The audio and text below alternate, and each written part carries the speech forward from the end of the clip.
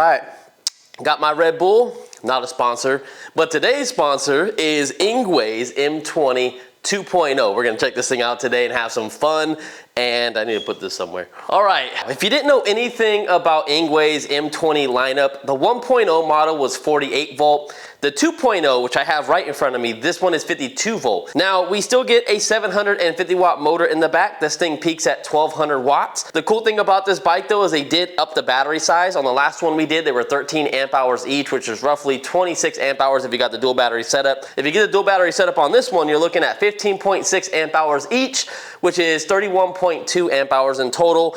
That is a lot of range, especially for this bike being class 3. Now this bike on throttle only goes up to 20 miles an hour. You do have to pedal to get to 28. So if you live in a place that's really, you gotta go the speed limit, you can't go any faster than 28 miles an hour, then you're gonna obviously love this bike. It's not a speed demon. I'm really curious to see if the torque kind of changed though, going from 48 volt to 52 volt. And the biggest thing is on this bike is you're really gonna get a lot of range because it doesn't have as much power as some of these other e-bikes. This is gonna be a great bike for people that really need to go very far. Now, looking at the bike, I love how it looks. I like the gum wall side tires. I like the brown seat. I love the orange accents, and I love the blue frame. I love this color. One of my favorite colors is like a dark blue. If you didn't know that already, judging by my cars and whatnot. So this is a gorgeous bike to me. I'm loving it, but some people might not love it, but I gotta say, in my opinion, it's one badass looking bike. Even looking at the front, check out these dual headlights. I love the fact that you can move both of them. You can have one shine straight to the ground. You can have one super high up in the air like a high beam. There are daytime running lights that stay on 24/7, and you do have a dedicated headlight button that you can see up here next to our grips. And then you have a horn below that. You have a nice display right next to that. Love the BMX style handlebars because you can put a foam mount up here. You could also put an extra light up here or whatever accessory you want to put up here. Then you have your Shimano 7-speed on the right hand side, and you have your half twist throttle. Looking down on our brakes, they're 2-piston hydraulic, and we have 180 millimeter rotors front and back. We got plastic fenders, which I like because it does keep the weight down of this bike because it is 99 pounds with the dual battery setup and roughly around 88 to 89 pounds with a single battery. And looking at that battery taken off from the top, you can see underneath it the label on all the specs. So if you want to screenshot that, you can. The charger that's included to charge this battery is 3 amps. And looking at the back, we do have a working brake light. Let's take that film off. And right behind the brake light is where we have our controller. It looks like there's some ventilation back there for the controller, so it should breathe. And in front of the controller is where we have our progressive spring, and you do have an air adjustment right here. Now, I did take a little bit of air out because I felt like it was a little bit too stiff when I got it, and now it feels a little tiny bit better, but we'll definitely take it on an off-road test and see. Now here's a closer look at your 750 watt motor on some mag wheels. Now these are gonna be a little bit heavier than a spoked wheel, but a lot of people like these because they are more durable.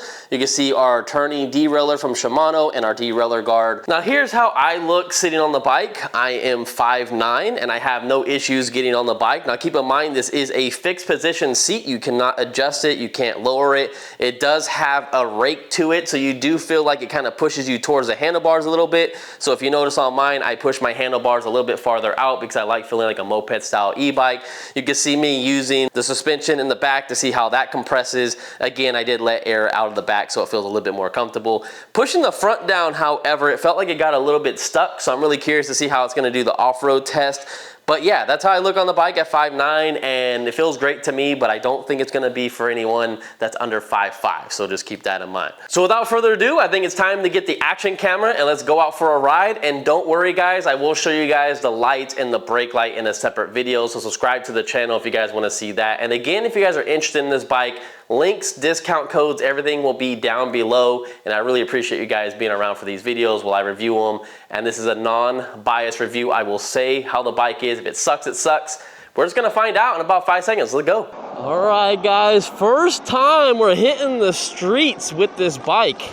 Now, I did test it in my garage, turning it off and on just to make sure that it worked. The only thing that doesn't work on this thing is the mile per hour, if you guys can see that. So we're gonna go off of my phone. So I can't verify if the GPS is matching up with the actual speed on here. So I did go over some review videos and it looked like it was pretty accurate on people's videos. Now, I don't know why mine's not working because it looks like I'm the only YouTuber that this did not work. The company did tell me to reset this and it should work, and I reset the display, reset all the settings, and yeah, it didn't change anything. So the one good thing to know though is that since I did change the settings on here, this is completely how you would get it out of the box. I didn't go through any customized settings or nothing. So exactly how this bike performs is right from the factory. And you can already tell we're hitting about 19 to 21 miles per hour. It really tries to keep you around 20 miles an hour. I love the fact that these BMX handlebars have a place for my phone right in the middle. I love it. I could have moved it over a little bit slightly if you're OCD about where your phone sits at. But anyways, I want to go a little bit faster. Let's see if I can hold on to the throttle and pedal. And unfortunately, it looks like you can't. So I got to let off. I lost a little bit of power. And now we should be able to get up to 28 miles an hour. Let's go. Let's see if this thing's accurate or not. I got a long stretch of runway to go, but the bike isn't, again, that fast. Feels a little bit better compared to the 48 volt, but not a lot. And here we go. About to see, there we go, 28. It's not gonna go really any faster than that. It's gonna cut your power once it knows that you're going over 28 miles an hour. But there you go, it's a class 3 e-bike. We know the top speed, we know how it feels.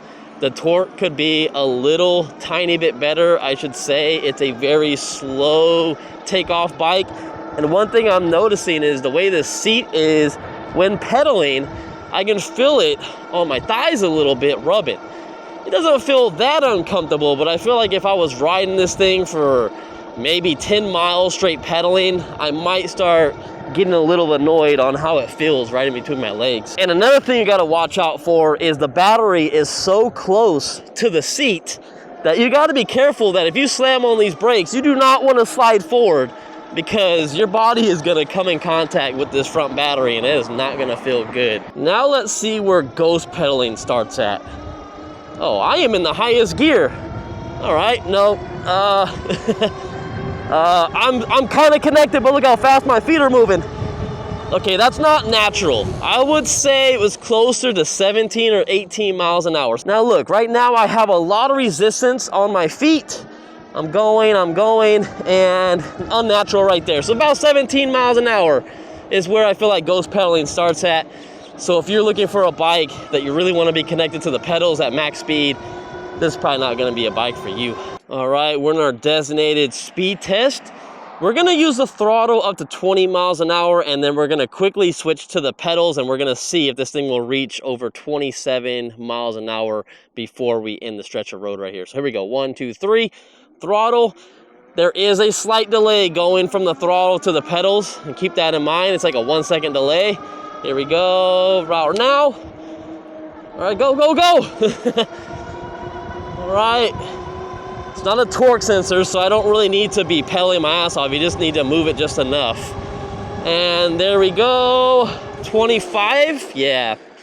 So not the fastest bike I've been on. Most bikes in that stretch of road right there will do at least 27 or higher, and if it's under that, they're on the slower side. This doesn't have that much torque, even at 52 volts. Now we're gonna use the pedals only and see how it feels getting up to speed, and I am gear number 1, so here we go, 1, 2, 3, go, go, go.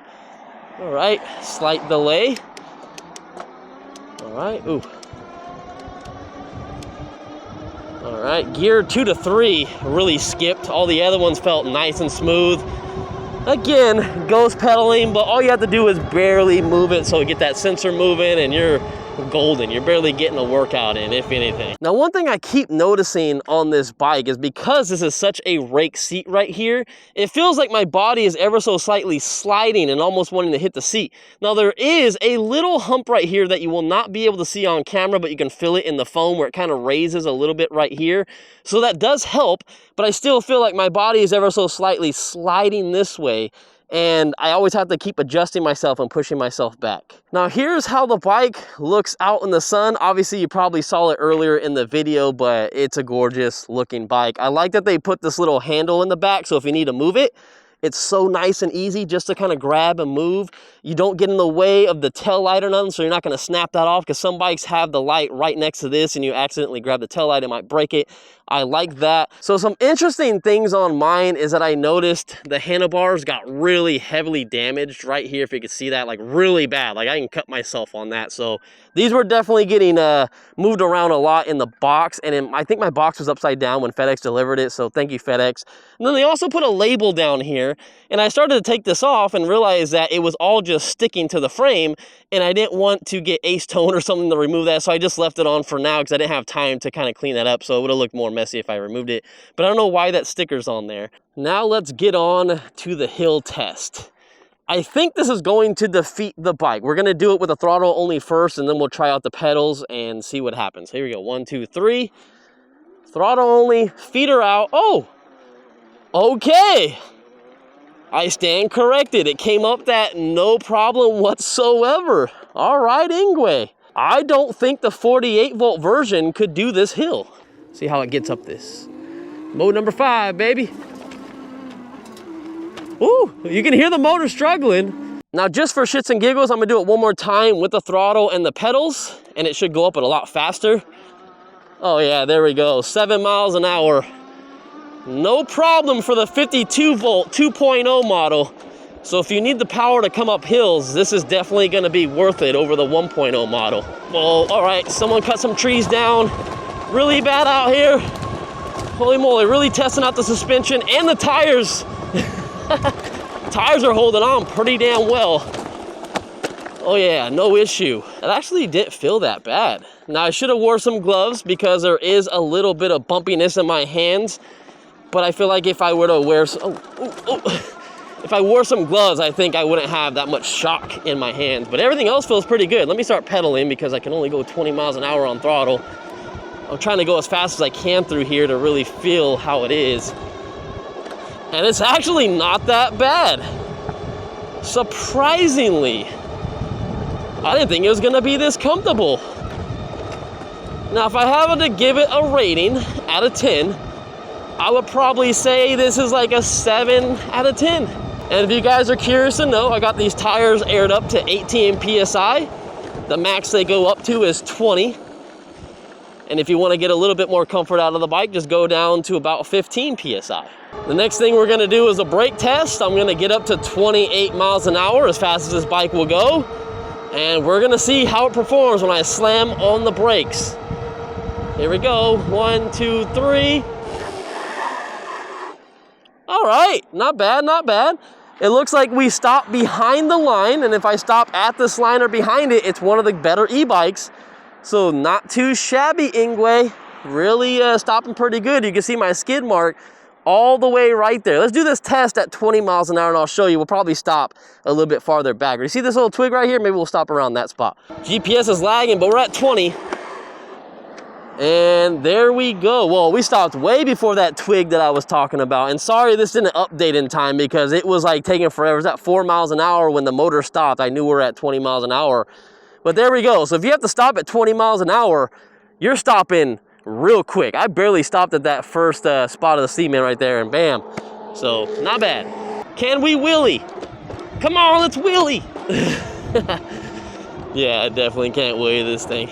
Now, as I continue to ride this bike, I keep forgetting that throttle only goes up to 20 miles an hour. I need the pedal to get to 28 because I want to go as fast as possible. And a lot of you guys might be thinking, oh, there's probably a setting there that changed that you could just do 28 miles an hour throttle only. And I looked and I couldn't find anything because I was trying to fix the mile per hour when I first got the bike in and there was nothing. I also watched a few other videos and no one saw any setting in there to change that. So it's basically a straight class 3 e-bike at that point, and I'm okay with it. It's just something you got to get used to because some manufacturers will let you do throttle up to the max speed and then you can just pedal if you want. Let's see how it takes this corner doing the max speed. Oh, oh. Woo, it's a little grabby. All right, it's going down in speed because we are coming up an overpass. We went down to 24 miles an hour, but it handled that like a champ. I felt it kind of stick and then give way a little bit and then stick again. So that's why my tire was kind of going back and forth coming up, but I didn't feel like I was gonna slip out whatsoever. Now let's see what this bike does downhill. I feel the power cut. It's going to 29. Can we hit 30?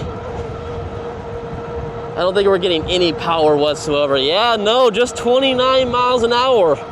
Normally on those hill tests coming down, I get at least 2, maybe 3 extra mile per hour, and this one only got 1. It definitely cut all our power.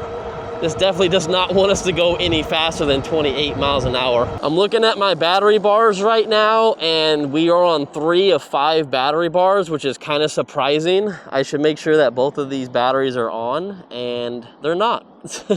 One's on and one isn't, so I just flipped the top one on, and I should see that battery bar probably go up.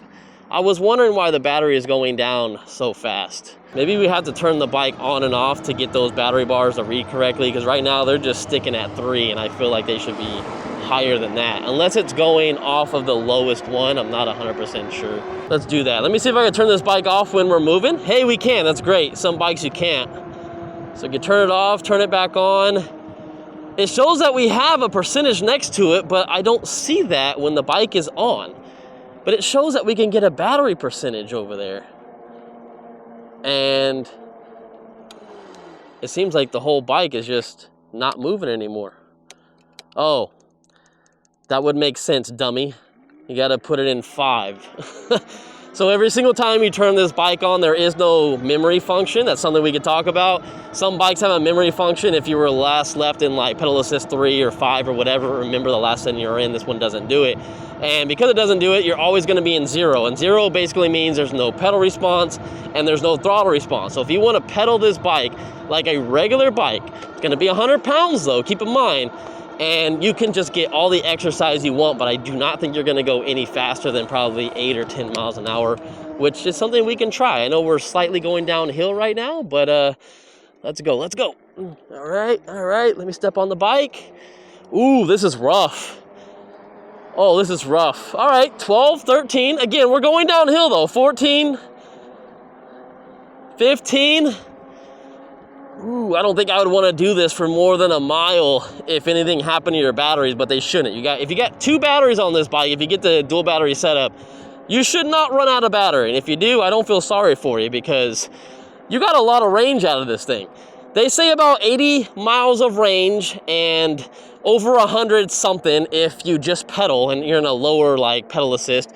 But realistically, I don't see that type of range. I'm gonna go out on a limb and say, you'll probably get about 40 miles of range out of this bike if you just use it as a regular bike, doing about 20 miles an hour. Go, bike, go. We got to make this light. Don't want to get hit. Oh, I barely made that. Next thing I should try out is we have a horn. Oh, that's not good.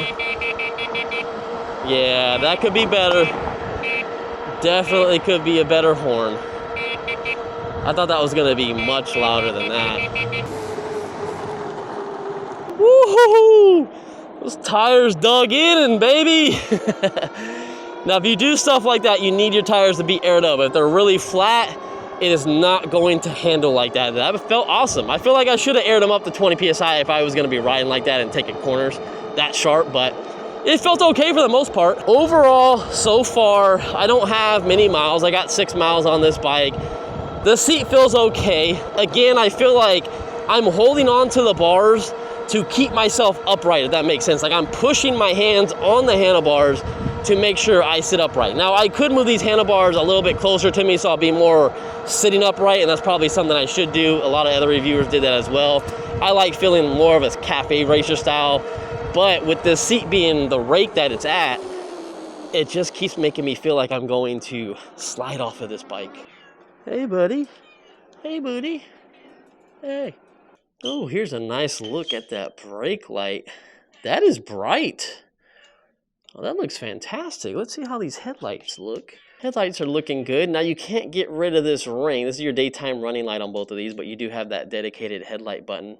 And the fact you got 2 of those should be really good. So we'll have to see in the second video. And then this stuff that's on top of the light, it's like they put these on with the film and it's underneath this, and I could not take this apart, and I just don't feel like ripping this off because I'm gonna see all the stuff around the edge. So I just figured I would leave it for the next owner to rip all this off. All right, so we're at the conclusion of this bike and if I think it's worth it or not. And I personally gotta say, for it being $12.99, especially with my links, discount codes, everything down below to save you even more money on this bike, so it won't even be $12.99, with 2 batteries, that is awesome. But you can save about $200 if you get the single battery version and then buy the secondary battery later, but it is gonna cost you a little bit more down the road. So I would definitely get the dual battery setup in the beginning. Try to get both of them at the same time, save up enough to get both of these batteries, and you're gonna have a bike that gets a lot of range. I love the handlebar setup. I love the fact that it's a BMX style, a little bit of a rise to them, and you can put all your accessories in the middle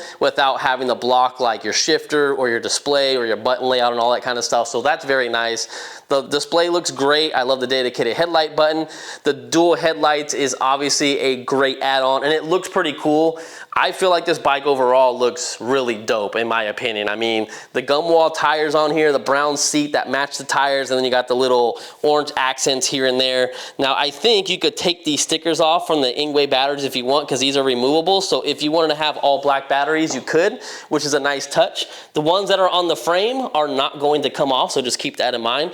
The kickstand is just like any other one. It's adjustable. Pedals are just like anything else. You do have a double chain ring on this side, so the guard isn't going to come off of the chain, so it won't slip off. And I didn't really think that was a big deal until one of the other e-bikes that I just reviewed, the chain kept coming off. I think that was a L'Equipe X1 or X2. And so that's a good thing that it has the dual guards on both sides. The shifter felt perfectly fine. I think from second to third, it wasn't comfortable. It like jumped teeth, but all the other ones shifted perfectly fine. So I probably just wasn't at the right speed to shift, and it was just trying to catch up. The grips, on the other hand, I would definitely replace because they're really hard plastic, but just get some gloves and you'll feel perfectly fine. I do like the half twist throttle. I like the fact that the throttle isn't really like big, because some throttles will like size up and it will feel uncomfortable on your hands over time because the grip will be small, the throttle will be really big, and this is just seamless. It's the same height as the grip, so it feels really good in the hands. The brakes work phenomenally. There is no brand that I saw on the brakes, but I'm not hating on them. 180 millimeter rotors instead of 160, that's great. The added 52 volts that they did on this one compared to the old one of 48 volt definitely made it up that hill. I was surprised. It doesn't have that much torque though. I'm just gonna let you guys know that. It is not a torquey e-bike, especially when going across a crosswalk. You might get hit just like I almost did by that lady that wasn't even paying attention. But it's a great bike for what it is. I really think they knocked it out of the park with this one, especially how they designed it, and it was very comfortable to me, really comfortable. So I'll see you guys in the next one. Again, everything's down below, and I really appreciate you guys sticking to the end. You guys are the true MVPs, and I really hope you guys like this one, because it took me a while to get this video review out because I'm very busy during the holidays. But please enjoy these videos, and if you like it, drop a comment. Let me know what you thought about it, and let's have a discussion in the comments. So see you guys in the next one. Peace out.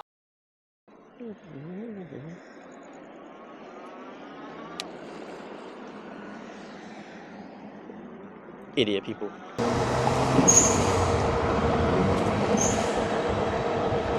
All right, little Evo kid. Calm it down over there. Got a new blow-off valve.